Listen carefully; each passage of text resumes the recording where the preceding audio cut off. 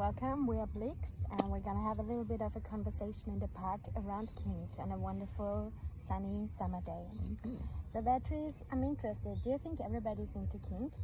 I think everybody's kinky, but some people don't know it because traditionally kink has been associated with this dark, with dungeons, with BDSM, with even sick people, and so people have this distance from this world. But I think everybody is kinky because kink is everything, every practice that moves your sexual energy, that gets you excited, and is outside of the norm. The norm being kissing and maybe something with the breast and oral sex and intercourse. This is what the majority of the people do, so this is the norm, and everything that is outside there is kinky. So for example, a neo-tantra practice is kinky, or even anal sex, or if you like choking, this will be kinky. If you have any kind of fetish, even if you like to play with feathers or something which is very soft because it's outside of the norm, this will be kinky. And why should someone start to work with kink? Why? Because I want to add something to the previous question. I want to say that,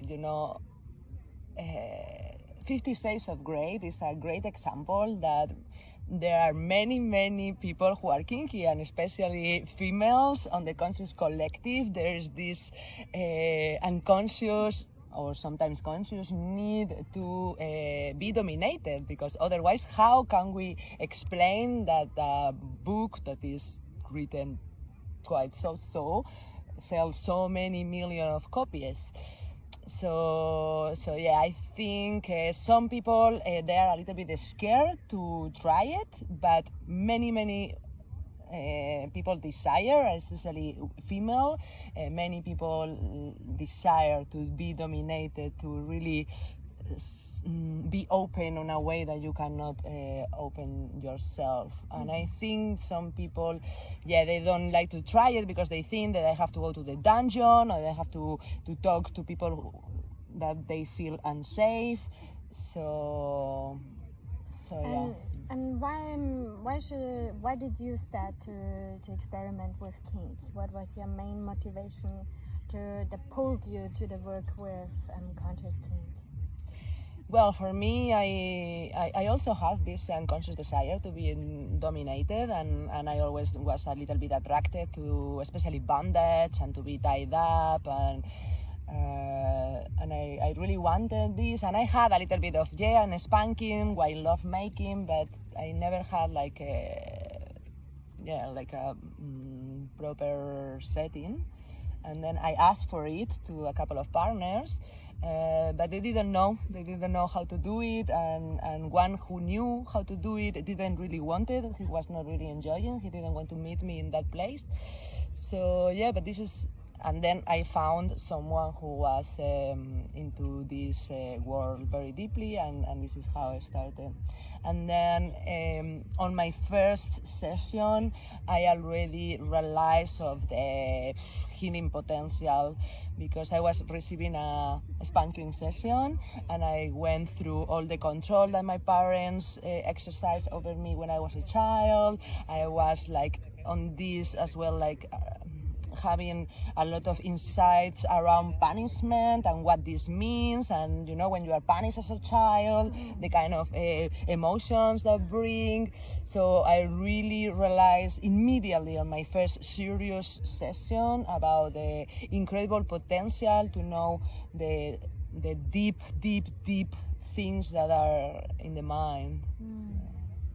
Yeah, so kink is a wonderful tool to explore yourself, to get to know your patterns, to demonize all your fantasies, to step up in the power of saying like, fuck yeah, I'm gonna lead a situation, I'm gonna dominate this situation, I'm gonna stand in my self-esteem, and I'm gonna take over control, or be courageous and dare to fully surrender and let go of control.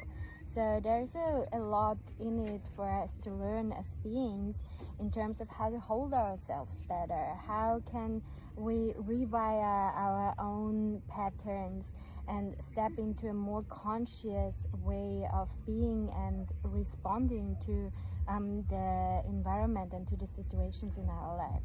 And to work in our inner feminine and our surrender, and as well in our inner masculine and our inner man, you know, by embodying these different archetypes that you can embody of this dark sexuality, embodying the dome, you know, this is like you get a lot in touch with both of your parts, the masculine and the feminine, by working in the body.